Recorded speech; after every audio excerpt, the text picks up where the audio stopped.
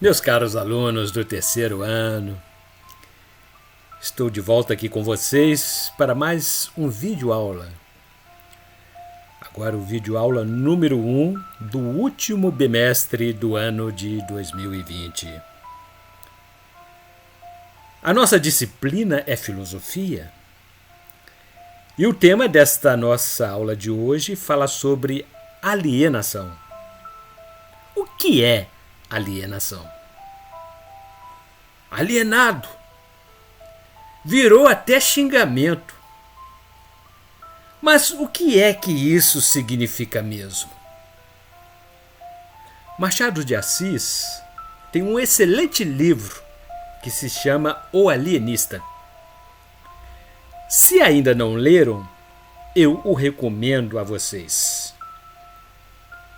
O bruxo do Cosme Velho, Machado de Assis, esse escritor brasileiro genial, ganhou esse apelido porque morava no bairro Cosme Velho, aquele que tem logo ali na saída do túnel Rebouças, na capital Rio de Janeiro.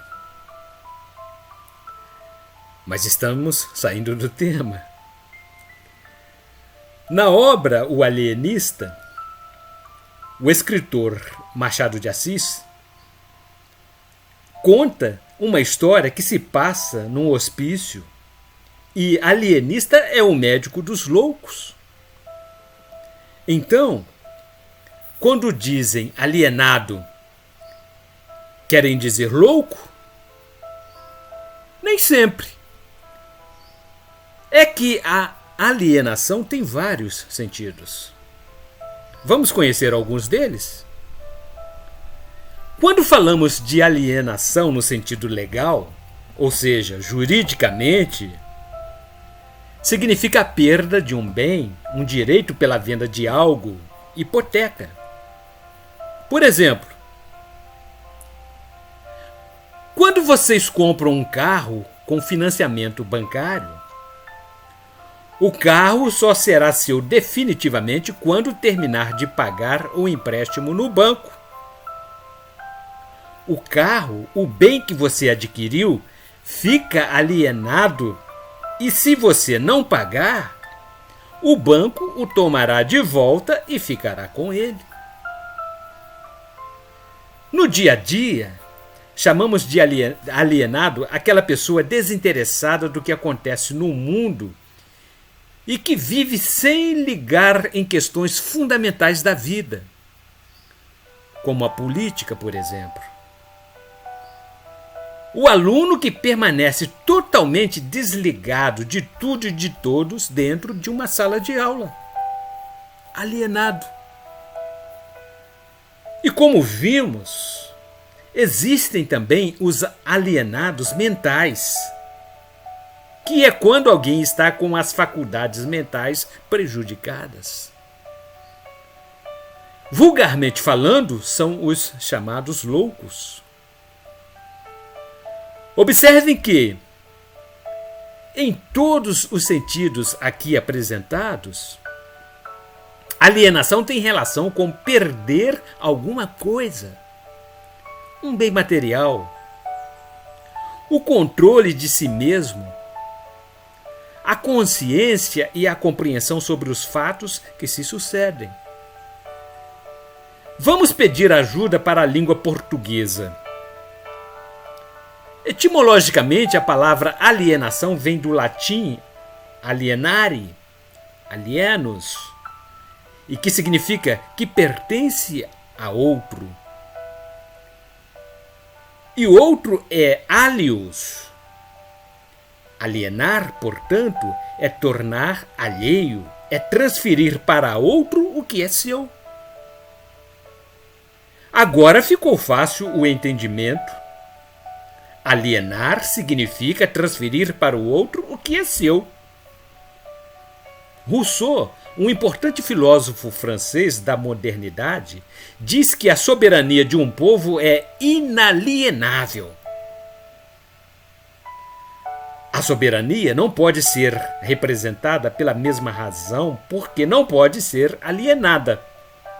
Consiste essencialmente na vontade geral e a vontade absoluta não se representa. É ela mesma ou é outra, disse Jean-Jacques Rousseau. Ao dizer que a soberania de um povo é inalienável, que é o contrário de alienável, ele está afirmando que a soberania é sempre do povo, pertence para sempre ao povo de um país. Lembre-se sempre disso quando pensarem na democracia representativa que vivemos. Elegemos nossos representantes, mas o poder é sempre do povo e não dos políticos. Por isso, a imagem do povo tomando o prédio do Congresso Nacional no dia 17 de junho de 2013 emocionou tantos os brasileiros. Andávamos esquecidos disso. Mas a partir de agora, nós vamos centrar na noção de alienação na produção. Afinal, daqui a pouco, vocês irão terminar o ensino médio e não irão participar mais ativamente do mundo do trabalho, ou melhor, irão participar de forma ativa. Gostaríamos que vocês pudessem se engajarem nas lutas trabalhistas e se apropriarem não somente do termo alienação, mas da sua própria vida, de tal maneira que a exploração capitalista tenha menos espaço na sua trajetória. Até porque, infelizmente, a alienação não é somente uma teoria. A alienação se dá na vida, a partir da divisão social do trabalho. Quando o produto do trabalho não é mais do trabalhador, mas do patrão. Não é nada fácil, mas tomar consciência do que é, como é e por qual motivo a alienação existe vai ajudá-los a fazerem escolhas melhores. Podem apostar nisso. Vamos situar na história do trabalho humano?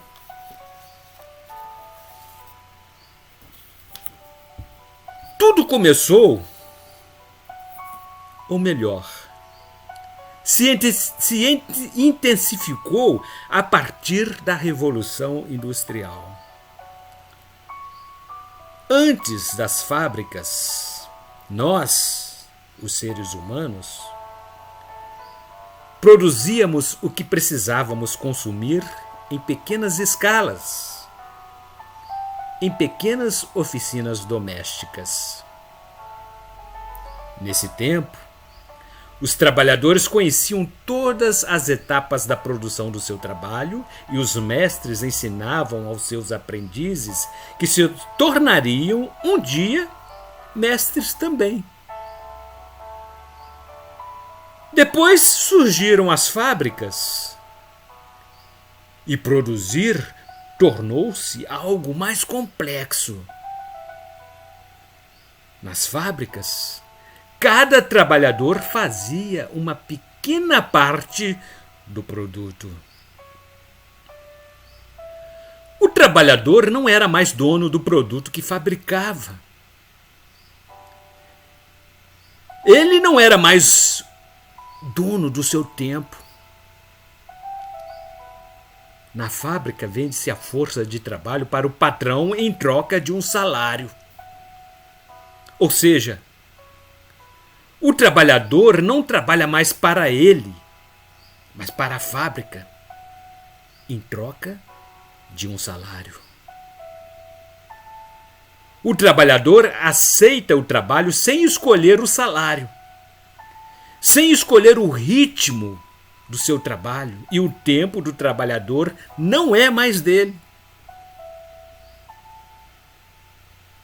Salário que não é o trabalhador que escolhe.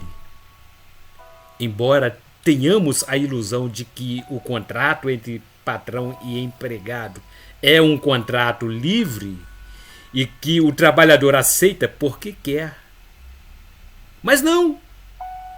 Essa ilusão é criada pela ideologia da classe dominante. Se aceita, é porque não se pode viver sem dinheiro para comer. E tudo o que o trabalhador fará no seu tempo, dentro da fábrica, pertence ao patrão, que venderá os produtos pelo preço que quiser, segundo a lei da oferta e da procura. O patrão buscará sempre o lucro, mas esse não será refletido no salário do trabalhador. Servirá para enriquecer mais o patrão, que é o verdadeiro dono das máquinas. Olha a alienação aí. O trabalhador não mais se comanda. Alienado. Ele é comandado por forças externas.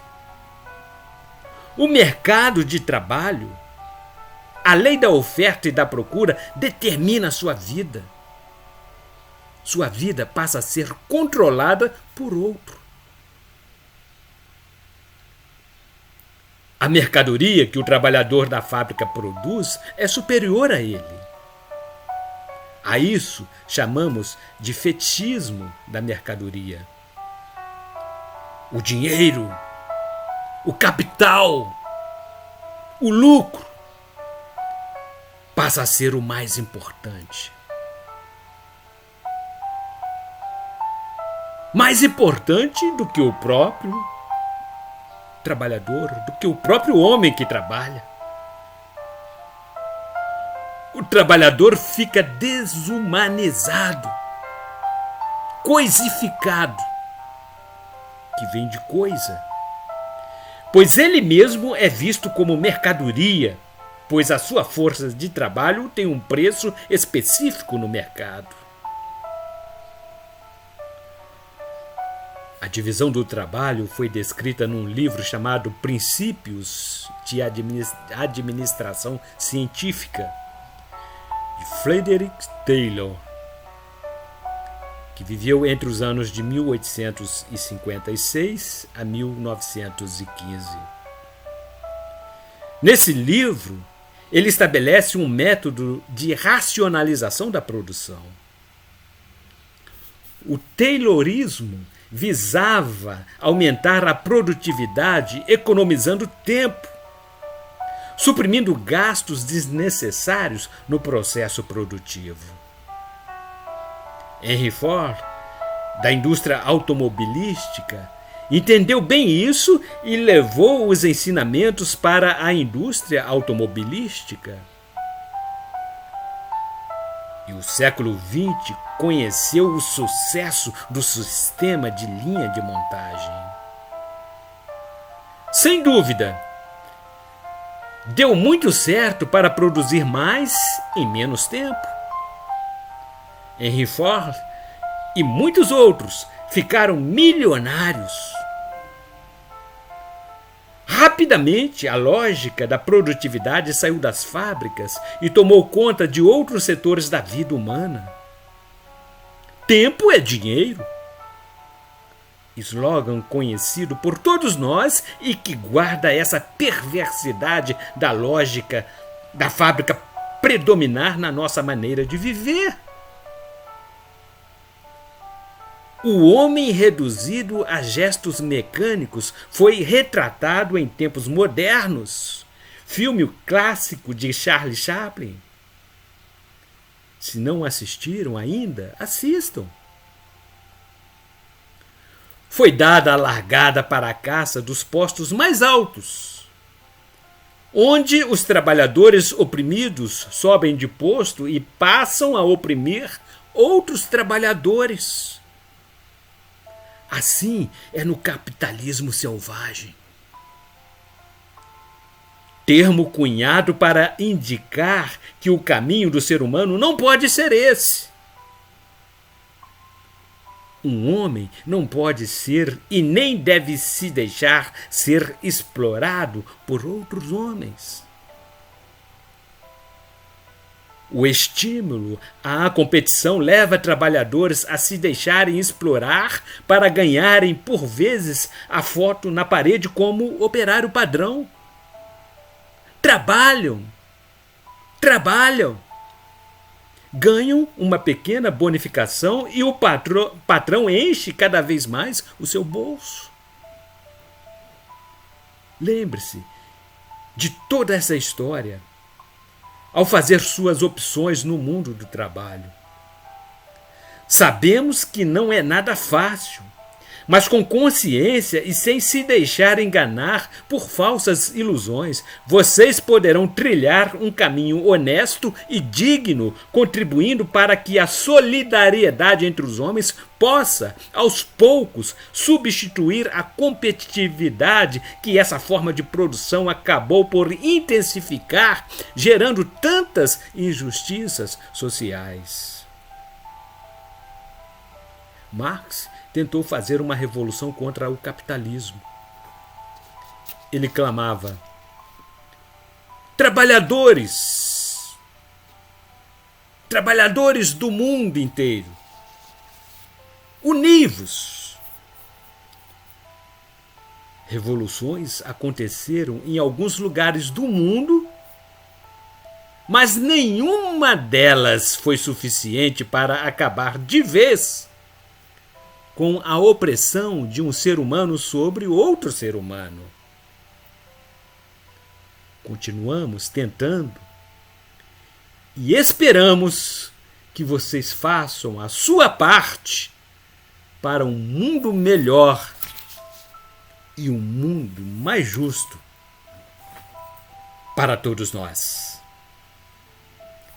E a educação é a saída para que deixemos de ser alienados. Bons estudos e até o próximo vídeo.